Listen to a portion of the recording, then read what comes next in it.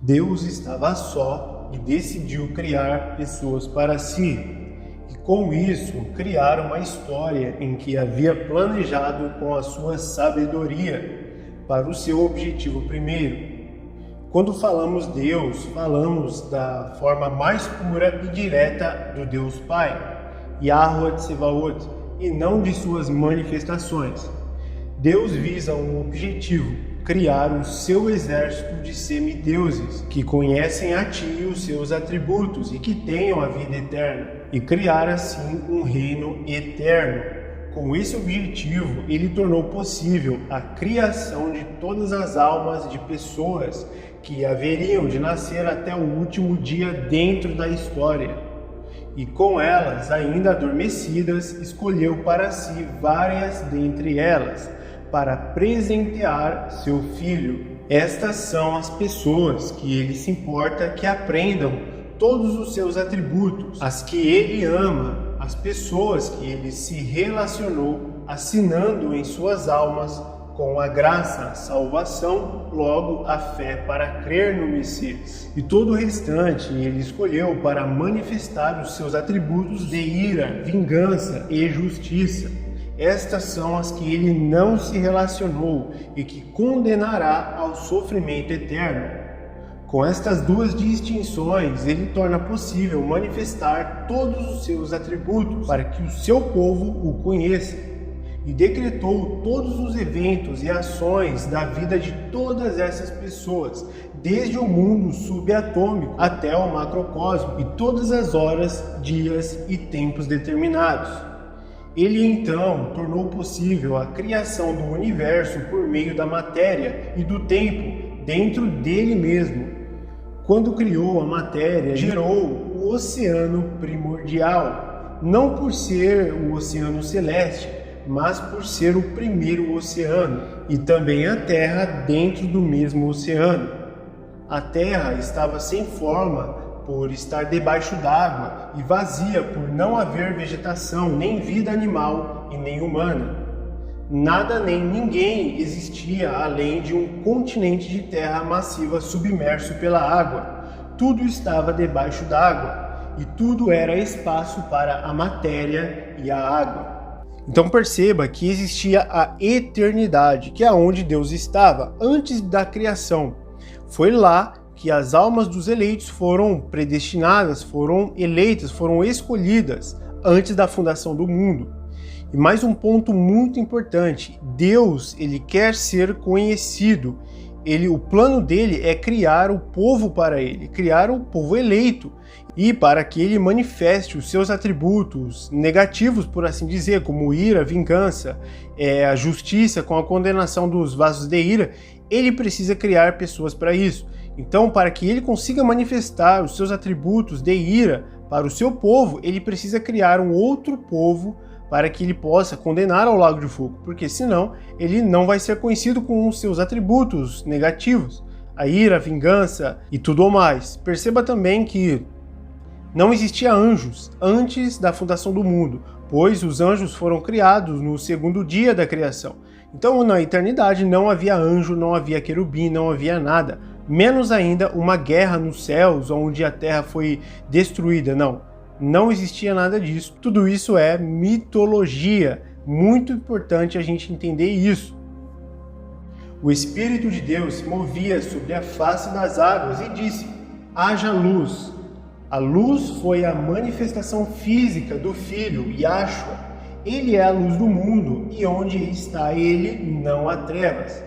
Yahshua, então, assume a criação de todo o universo como a luz do mundo, e viu Deus Pai que a luz era boa. A luz foi separada das trevas, tanto no sentido de bem e mal, quanto em luminosidade. Não existiu noite durante toda a criação. E onde há luz, não há trevas, e onde há trevas, há mal, logo há pecado. Portanto, a criação segue na luz e na inexistência de escuridão, de trevas. O primeiro dia foi, então, a criação da luz. Foi o primeiro milênio do universo, 1000 anos de manifestação de luz no meio das trevas. Então perceba que a primeira manifestação de Deus, de acordo com o Gênesis 1, foi o Espírito Santo, ou seja, o seu Espírito andava sobre as águas. Então primeiro temos o Espírito Santo. Depois, a segunda manifestação, a de corpo humano, ou seja, a imagem de Deus. Se Deus tivesse uma imagem, se Deus Pai tivesse uma aparência, é a aparência do Filho. Foi, sempre será a aparência do Filho. Então veja que a segunda manifestação de Deus foi o corpo humano, foi a imagem ali de Deus viva no Messias, em Yahshua HaMashiach, a luz do mundo. Sempre foi a luz do mundo e sempre será. E perceba que foi a primeira vez que Deus viu. Ou seja, o versículo diz, e viu Deus que era bom. Então, essa palavra viu e viu, no hebraico, muito interessante. Tem algumas letras pictográficas que revelam um entendimento muito legal. Vav, Yud, Resh, Aleph. E viu. A letra Vav, ela significa pregar, adicionar, acrescentar ou prego. A letra Yud, trabalho feito ou ação. A letra Resh, homem, cabeça ou o maior. E a letra Aleph, líder, força, boi ou o primeiro. E o entendimento dessa palavra, ao decorrer das pictografias, é o seguinte, acrescentando o trabalho da força do líder. Isso quer dizer que quando Deus viu que a luz era boa, foi aonde ele criou a luz, que é a manifestação do Filho, e aonde ele passou a acrescentar o trabalho da força do líder. Ou seja, a criação passou a ser existente a partir de Yahshua, a partir do Messias, criando-a. Então, basicamente, foi o Messias quem assumiu o trabalho aqui. Essa é a revelação da palavra. Não havia noite antes do dilúvio, nem chuva, nem nada disso que a gente consegue ver trevas, que a gente consegue ver pecados e mal, né? Ou seja, as trevas é um símbolo para mal, para pecado. E como Deus viu que tudo era bom no final da criação e no Éden, somente depois que Adão e Eva saíram do Éden, em que vai ocorrer toda aquela deturpação da criação e da geração dos homens até ocorrer o dilúvio. O dilúvio foi definitivamente acabando com a era divina do Éden, ou seja, a era edênica. Então, a partir do dilúvio, a gente passa a ter dia e noite, a gente passa a ter luz e trevas, mas antes só existia luz. Por isso que toda a criação ela foi feita em cima da luz e não das trevas. Não existiam dias e noites antes do dilúvio, mas somente a tarde perpétua, ou seja, uma era dourada. E outro ponto interessante para a gente entender é que os dias da criação não são dias literais, mas milênios. Então, se passaram 1000 anos no primeiro dia. Só na criação da luz passaram 1000 anos. Quer dizer, são 1000 anos lá, 24 horas, porque é uma concepção bíblica, né? 12 horas de luz, 12 horas de trevas, só que antes, como só havia luz, era 24 horas de luz. Então, 24 horas, um dia, mais 24 horas, 2 dias, né? E assim passou a criação. 1000 anos somente com a luz. Depois mais 1000 anos no segundo dia, 1000 anos no terceiro dia, né? 3 milênios. E somente lá no sexto dia, ou seja, no sexto milênio, é que o homem ele é criado.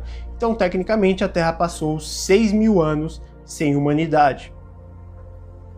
No segundo dia, a partir dos primeiros 1000 anos, os céus foram criados. Yahshua elevou as águas do oceano primordial, criando uma expansão de ar entre as águas, de modo a formar uma estrutura de águas acima da expansão de ar. As águas de cima congelaram e formaram uma cúpula, o firmamento da terra, o domo da terra. E a expansão de ar recebeu o nome de céus, pois nelas se localizam o primeiro e o segundo céu, e foi neste milênio em que os anjos foram criados. Perceba que a princípio a expansão, né, se chama Ráquia, e depois o Ráquia, a expansão, foi chamada de céus, e aí temos a palavra Shamayim, e a diferença entre céus e expansão, Shamayim e Ráquia, é basicamente que a expansão não foram as águas, foi uma separação entre as águas de baixo e a de cima. Então, basicamente, houve uma expansão e depois que a expansão se efetivou nas águas congeladas, que criou um domo. Basicamente, a expansão foi chamada de céus, porque lá é onde tem o primeiro e o segundo céu. E acima da expansão, o terceiro céu, que a gente vai ver lá na frente na Bíblia, né? A gente vai ter o paraíso, ou seja, o terceiro céu, onde fica o trono de Deus, onde ficam todas as maravilhas e a Nova Jerusalém. Em Jó 38, do versículo 4 ao 7, a gente pode ver que os anjos eles foram criados antes da criação da terra, ou seja, antes da terra sair debaixo d'água, antes da vegetação na terra, antes dos animais na terra, porém depois do haja luz, evidentemente, porque foi onde começou a criação, mas os anjos foram criados antes da terra. No terceiro dia, Yahshua juntou as águas debaixo dos céus em um lugar e as chamou de mares, e de dentro delas retirou uma porção seca de matéria sólida que chamou de terra. Nesse momento, a terra passa a expulsar as águas de seu ventre a partir de comportas. Em seguida, ele criou toda a vegetação da terra. Com isso, passou-se 3.000 anos. Então, finalmente, a terra ela sai de dentro das águas, ou seja, a terra saiu das águas e no meio dela subsiste. Isso quer dizer que não há águas em cima e embaixo e por isso a terra subsiste nas águas, mas a terra subsiste nas águas porque ela é como se fosse uma ilha nos mares. A gente tem as águas ajuntadas em um local e uma terra no meio. Isso quer dizer que a terra subsiste na água, ou seja, ela foi retirada da água e subsiste na água. Por isso que temos as praias, que é o limite extremo entre a terra e os mares. Em Jó 38, versículo 8, a gente tem um ponto muito interessante. A terra, ela é referida como a madre ou como a mãe, né? E o seu ventre que expulsa as águas, ou seja, os mares. É muito interessante a gente entender esse princípio simbólico, que a terra é a mãe, né? Ou a terra é a mulher feminina, que é da onde surge, né, toda a mitologia de que a terra é a mulher junto com a lua, que também é feminina, e o sol ele é o pai ou o princípio masculino, né? Foi daí que surgiu tudo. Então a gente vê que é referido também na Bíblia que a terra é feminina, né? E então a gente tem o sol, o princípio masculino, que fertiliza a terra com seus raios, né? Tipificado talvez com o Espírito Santo, né? Que engravida a terra e a terra gera vida, né? Ou seja, a vegetação, as plantas e tudo mais. Então é muito interessante a gente entender isso, porque em Jó 38, versículo 8, é referido que a terra ela passa a expulsar as águas, né, de seu ventre. E lá é referido como madre ou como mãe, né, dependendo da tradução. Bom, a vegetação da terra ela representa pessoas simbolicamente, e o mar, os mares também representam pessoas. Por isso que é muito referido nos evangelhos, né, que o Messias diz que a árvore que dá bom fruto, né, esta é uma árvore que ele usa para referir aos eleitos, e a árvore que dá mau fruto representa aqueles que serão jogados no lago de fogo, né, porque a árvore que dá mau fruto se corta-se e lança-se ao fogo. Né? Então, a vegetação na terra é como se fossem realmente as pessoas, os vasos. E o que dá a árvore que dá bom fruto seria os vasos de honra, e o que dá mau fruto, os vasos de ira. Os mares também, né, representam pessoas, porque a simbologia de mares, na maioria das passagens bíblicas, significa nações. Né? Então, mares são nações, e os peixes que estão nos mares representam pessoas também. Por isso que a igreja é referida como peixes, né? Por exemplo, quando o Messias chegou a Pedro e disse, siga-me e farei pescador de homens. Ele estava falando de pescar a igreja, como se a igreja fosse peixe. Né? E a bênção de Jacó, na qual dizia que tanto Manassés e Efraim, eles multiplicariam como peixes no meio da terra, né? Não no meio do mar, mas na terra. Isso quer dizer que deles sairiam a igreja, os eleitos e etc. Né? Ou seja, os peixes de Jacó, que são os eleitos. Então, no mar tem peixes e na terra tem árvores frutíferas. Por isso que, por exemplo, no milênio do Messias, quando a Nova Jerusalém ela descer do céu e se estabelecer na terra nas bodas do Cordeiro, o mar ele não vai mais existir, porque não tem mais sentido o mar existir. Né? Ou seja, a gente terá basicamente todos os eleitos reunidos na Nova Jerusalém. Não é necessário mais a simbólica dos peixes, né, na terra. Ninguém precisa mais de peixe, porque os verdadeiros peixes estão dentro da Nova Jerusalém, né? Por isso que os peixes foram criados no mar e tudo mais, né? E não vai existir mar, porque as nações são os mares, né? E quando as nações de ímpios passam para o milênio do Messias, não entram na Nova Jerusalém, porém ficam no deserto da terra, né? Já que a terra não vai mais ter mar e as nações serão, né, os próprios mares da terra. Então é muito importante a gente entender isso, tem muita revelação nesses símbolos, né? Então a gente vai continuar falando, né, da verdadeira história oculta da criação de Gênesis e tudo mais no próximo vídeo.